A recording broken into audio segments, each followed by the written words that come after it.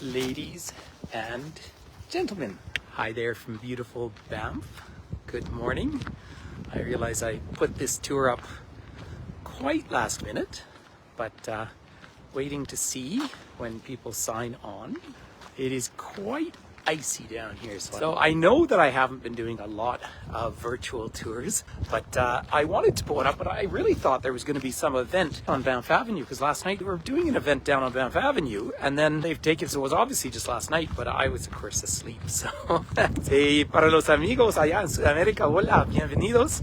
Hace un poquito frío acá, so hi everyone. If I miss you, it's just because I only see one name go by at a time. It's lovely to have everyone by. So the other day on our page here, I put up a picture, and I don't think anyone could find the eagle. So it is right on zero here at the moment, but I need to show you all this. So this is where I come down. Now the other morning I see someone has broken a hole in it.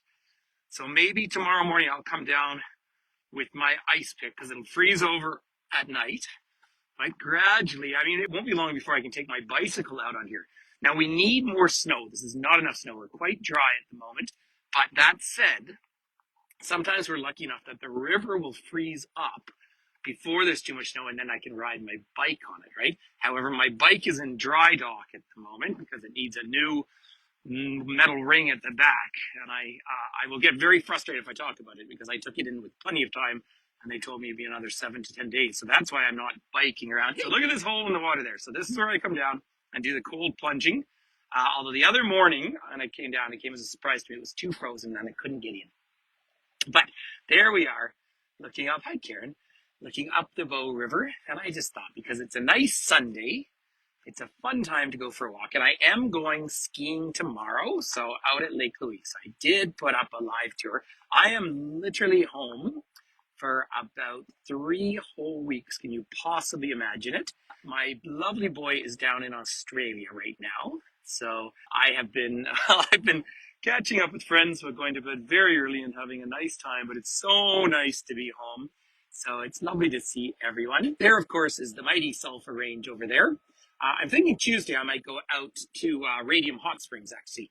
Drive through Kootenay. The bears are still awake at the moment, although they will be well, they should be actually denning down by the moment. But in the distance there, you can see the goat range, and you're looking into Kananaskis country. So this is the canoe club, and clearly we're not canoeing this time of year.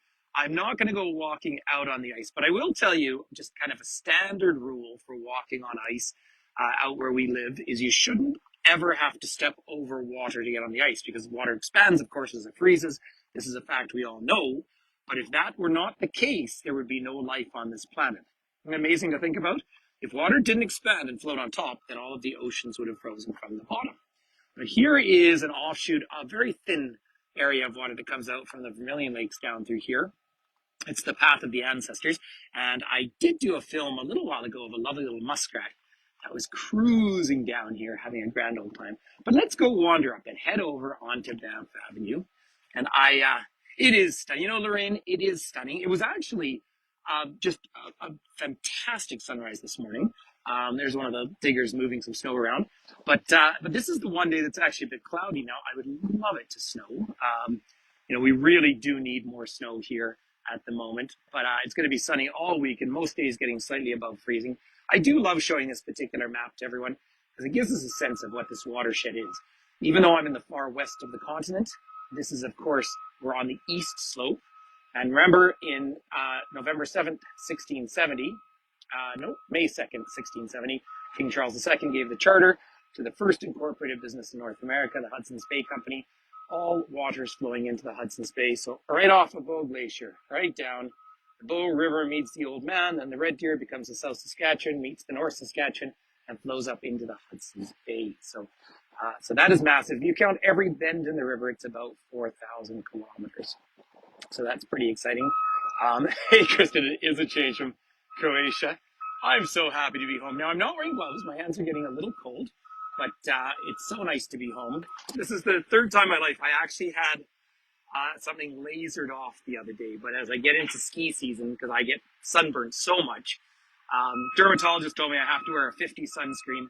I never wear a 50 sunscreen, but I can get lasered every couple of years. So That's what's going on there. But it's so nice to be back, and this is a very, very easy fall that we're having here. So for people, if it's their first winter here, don't expect this to be normal.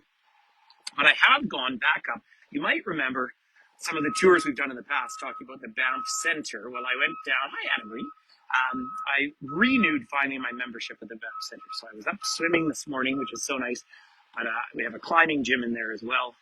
So I fell through the pandemic. Of course, I turned my basement kind of into a gym. But now because I have a few weeks at home, and I've got one trip out to Washington D.C. in December, but I'm really home until I go down to Mexico on the 14th of January. And so someone had to pull out of that trip. So if you want to come along and join us in Oaxaca, Mexico in January, many of you have seen the live virtual tours I've done down there. There is some space, but I'm keeping that to a very small group. We're going for 10 days. And of course we do cooking classes. And Oaxaca in January is in Celsius is 27 during the day and about 14 at night. It's about the best climate and a blue sky. So here we are back home in beautiful Banff. It's so nice. Martina, I love it down there. And I've actually found a hotel that we're going to have one night up at 2,600 meters in the High Sierra. Look at the beautiful formation. Now, the pedestrian bridge out in the distance is brand spanking new, and it was a net effect of pedestrianizing Banff Avenue in the summer. Banff Avenue is not pedestrianized in the winter because they have to move snow and so forth. But for our whole lives, you just walk across the river in the wintertime. But the ice, we could just do a whole photographic experience of ice and reflections out here because it is just so magical to see. Obviously, the hot springs, Cave and Basin is right through the trees, and that's where the Banff Christmas Market is. I know some people love Christmas markets. I don't generally consider myself part of that particular team, but you actually need tickets to the Christmas market. I didn't think we needed post-pandemic, but I guess it just gets so full. So it's over where the stables are. So that's what's happening over in that part of town. But what I'd like to do is head over fairly soon and cut around back of the White Museum and head into the town center. It's obviously and in fact, I'm just coming up on the back of the White Museum. So Peter White was a guide here in the Rockies, but Catherine Robb was from New Hampshire, and he met her at a conference, and they fell in love, and she moved here. She did an enormous amount for this community, but they were both painters, and they painted so many fabulous scenes around the environment, and much of their art is still around. It's seen on the walls in the Banff Springs and particularly at the Banff Center, because Catherine Robb came from a fairly wealthy family, and she was the one that seeded money that led to the development of the Banff Center, which of course is basically our mountain university.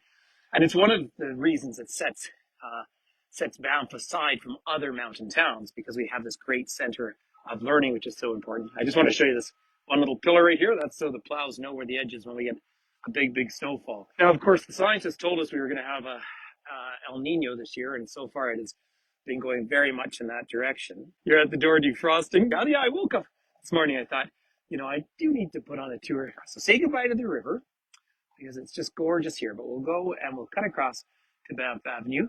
I am going to say I have my backpack on because I'm going to sit down with my computer and have a pub lunch and do a bunch of work that my assistant has told me I've had to do for ages. By the way, as a side note, I know the times are very confusing on these Facebook Lives, but I think that's getting fixed because I have a better person helping me out these days. There's Mount Norquay up there. You see, there's not a ton of snow, but the lower runs are open. I'll be skiing up at Lake Louise, of course, tomorrow. That's where I always get my season's pass. I just get the midweek pass.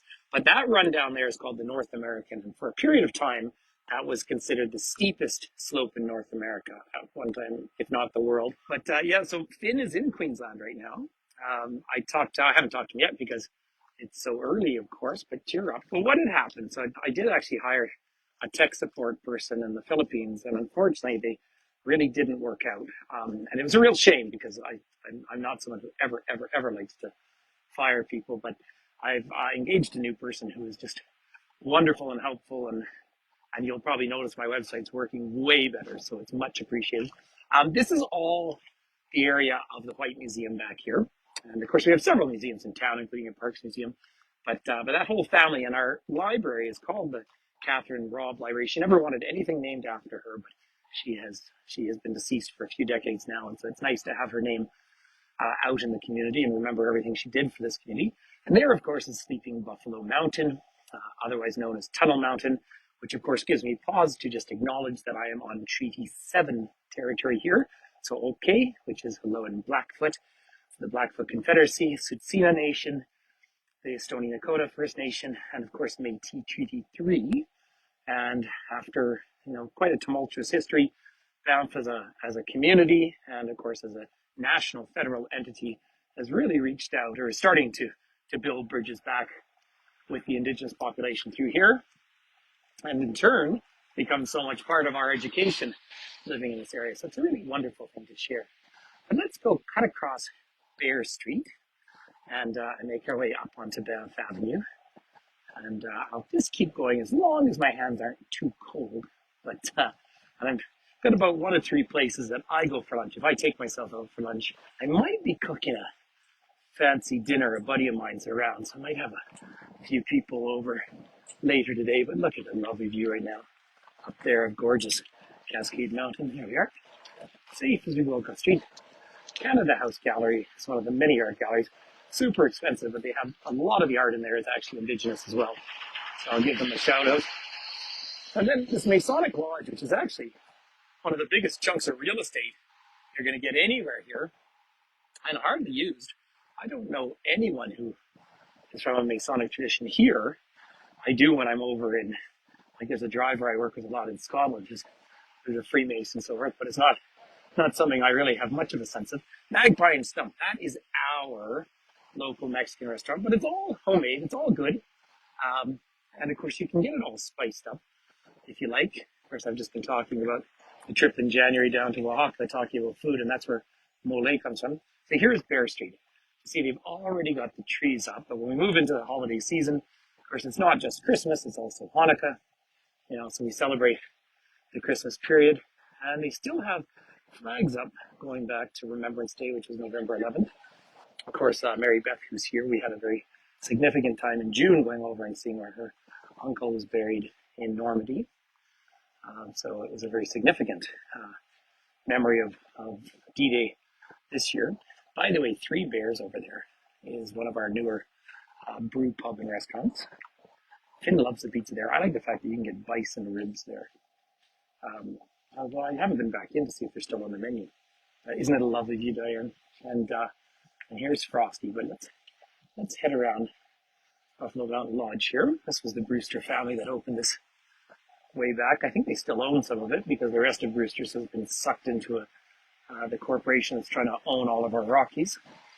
And that's another talk for another day. I did say bison. Yes, Catherine. Yeah.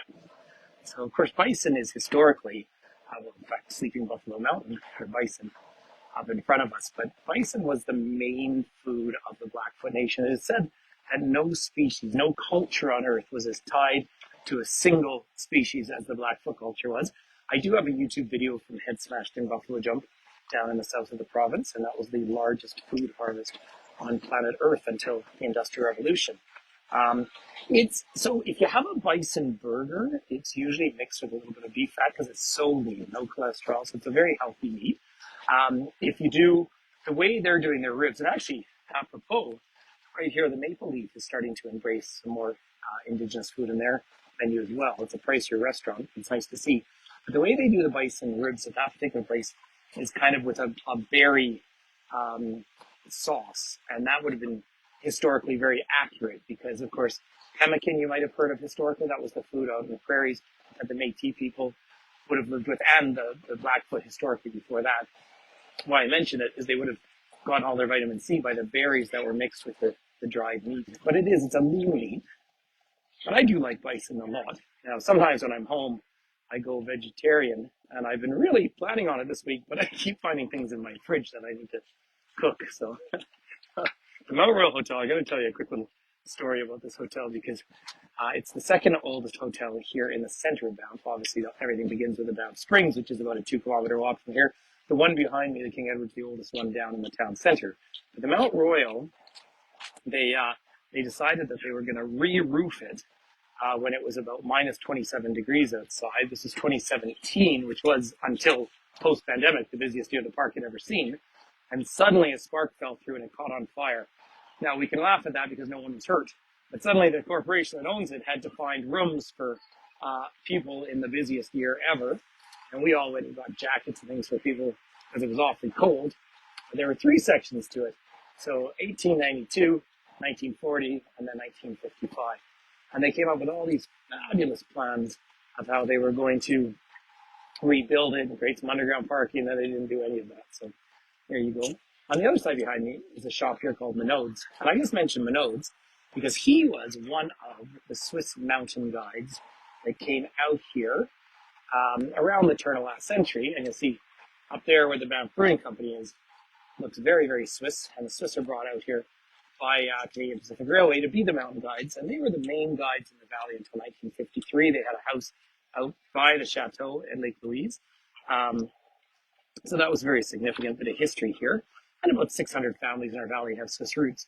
Now here's one that many of you will remember. This was my whole life, the Hudson's Bay Company, and it's all closed. So, and it even says for lease. I thought they were going to rent out the whole building. There is a Rocky Mountain raven right there, the largest of the raven family in the world. They stay all winter, and they are super smart, as do the magpies, which are also. And there's a snowmobile, which you do not use in the park. They're used at the ski hills as tools, but there's no recreational snowmobiling. And I'm thrilled about that because it is so noisy and yucky. Well, it is the Hudson's Bay Company. Oh, sorry, there is a proposal. I'll tell you what's going to happen here.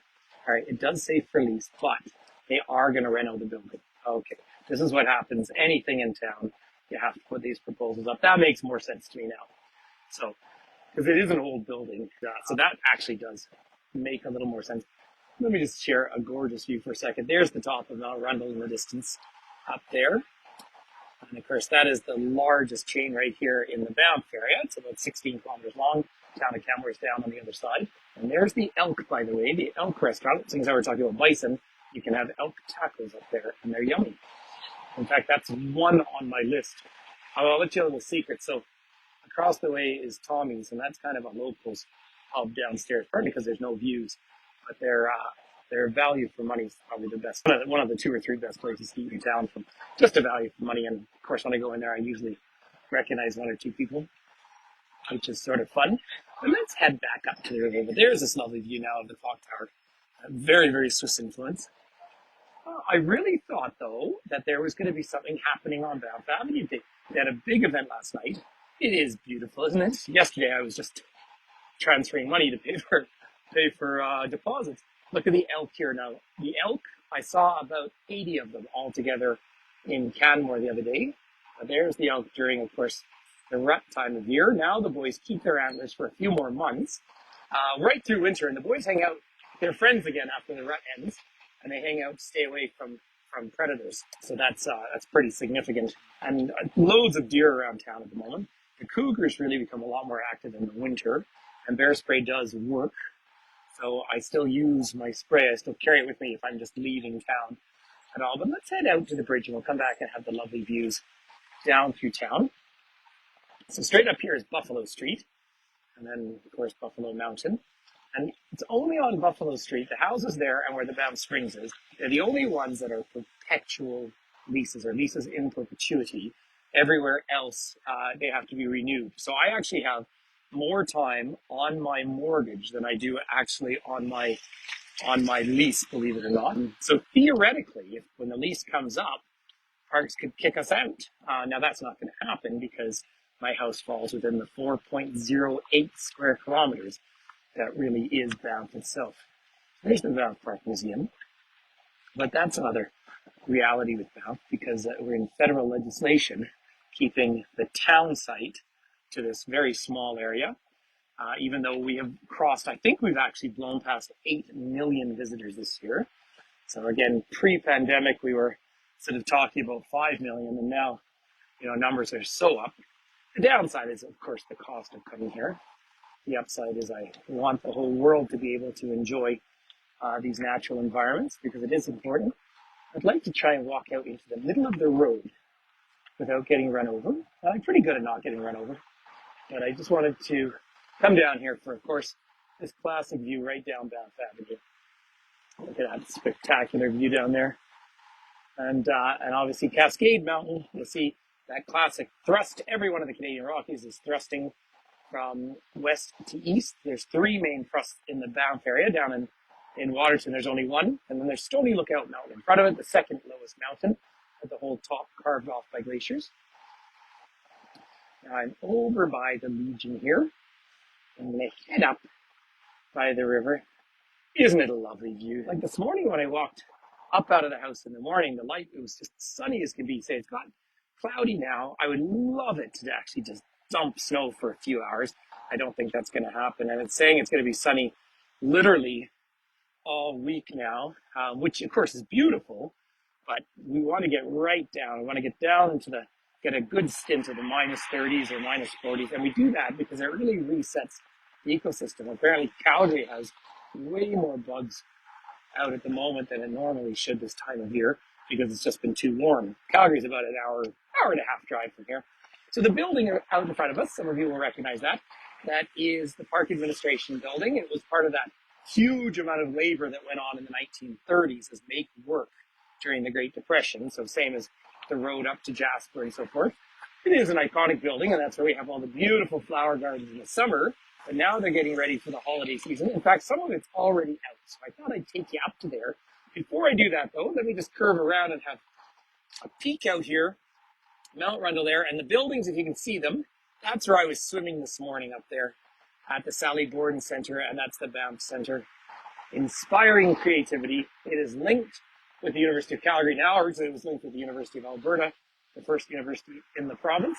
However, our premier in this province, who I am part of the grand chorus who dislikes her enormously, got rid of the board of directors and put one of her corporate buddies in control. So we'll see what transpires with the Banff Centre the next little while. As it's this time of year that so many of the events are going on. This is where the water starts to speed up down here. And so there's our new pedestrian bridge in the distance.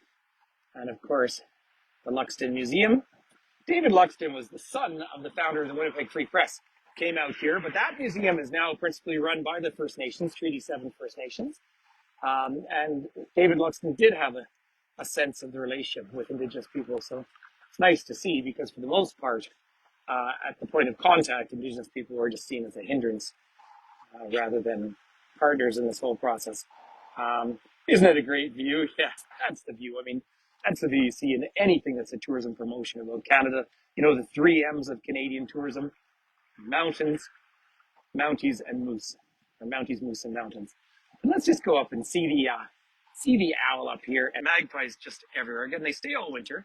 Magpies are just brilliant birds. They may be they're considered one of the smartest creatures in the world. If you put a dab of mustard on a magpie's chest and then held a mirror up, it would bend down and clean itself off. And very, very few animals have that sort of self-awareness. If I turned right, head down to the Cave and Basin, of course, that's where the hot springs originally were. We don't swim in those ones. We swim in the upper hot springs. And I feel like I should pousse here, but I might push. All right. So I'm going to have to come out when it's cold, or get my friend Pam to do so, or maybe when Finn's home, we'll come and do the spirit of Christmas here. And these are all the animals. There's a beautiful owl. And this story, this is probably the same one of last year. But in search of the spirit of Christmas, which I guess we sort of do Christmas at home.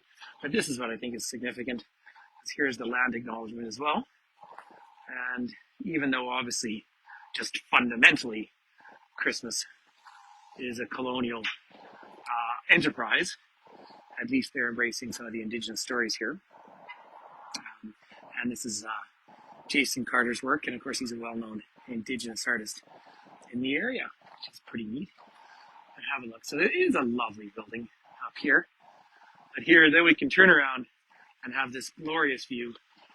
And though it should be snowier, that is not a ton of snow, but there's an Alberta blue sky, even on a blustery, cloudy day. Have a look at that sky up there. And it's just gorgeous, everyone.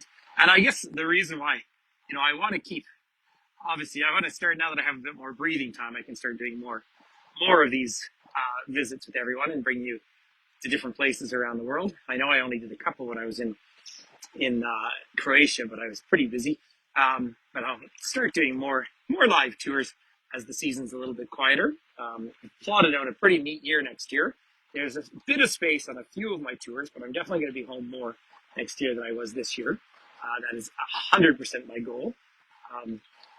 Now my kid will be going off to university next year. Can you imagine? So that's pretty good. he's only got 2 more trips, so he's missing way less school this year than he normally misses because his grades matter. But if you come from other school systems, you'll find this one very relaxed, and that makes us happy because heck, you only have one life. You might as well enjoy it. I'm really truly home right now. This is the longest stint that I've been home for just ages. So yeah, I was out on, of course, I did one visit in Vancouver, but I had gotten back from Croatia. I was home one day, went out to the coast to visit a friend, and then I visited my brother who lives on Vancouver Island. But no, I'm home till I think I fly to Washington, D.C. on December 9th. And then I'm going to be home right through the holiday season until I go down to Mexico. Now I'll be away for all of February. March, I've just accepted a trip to Cuba, and I haven't been back to Cuba since before the pandemic. I doubt I'll be getting the reception, but I'll try my best. It's just internet's a huge issue there, so I just got the final timings. We might be seeing each other a day earlier, but I'll let you know. I'll leave you a message. So Cuba, and then I'll be over. Then I'm going back to, believe it or not, going back to Croatia. So, and then, Spain. Anyway, lots going on. But I'm planning on some bigger chunks of time here just at home for all the right reasons. I just want to, I managed to go through this whole year without rock climbing a single mountain. So that's why I wanted to get to Tim. I'm excited to see you too, Karen. Yeah, isn't it fun? Nearly 2 years. So, but the world has changed a lot. The world is all open. Lovely view behind me right now, Mount Rundle. So it's a long time since I've done a big talk on the geology and everything, but now many of you can come on in real life. So it's lovely to see everyone. I think it's time to completely ban Twitter or X or whatever, as Elon Musk outed himself as a horrendous anti-Semite, and it's time just to put an end to that. But that's not the note I want to finish on. I want to finish on the fact that I am home. When my kid gets home, we'll all do a breakfast get-together. But if you want to come skiing with me tomorrow, that will be 11 o'clock local time. I'm just going to ski for a couple hours, get the legs moving, and have some fun. Parks Canada gentleman giving a historical talk over here. That's kind of fun. So I'm happy to see you too. So ladies and gentlemen, it's so nice to connect. Now, it's always fun to finish one of our visits just, with some kind of hook to keep you coming back.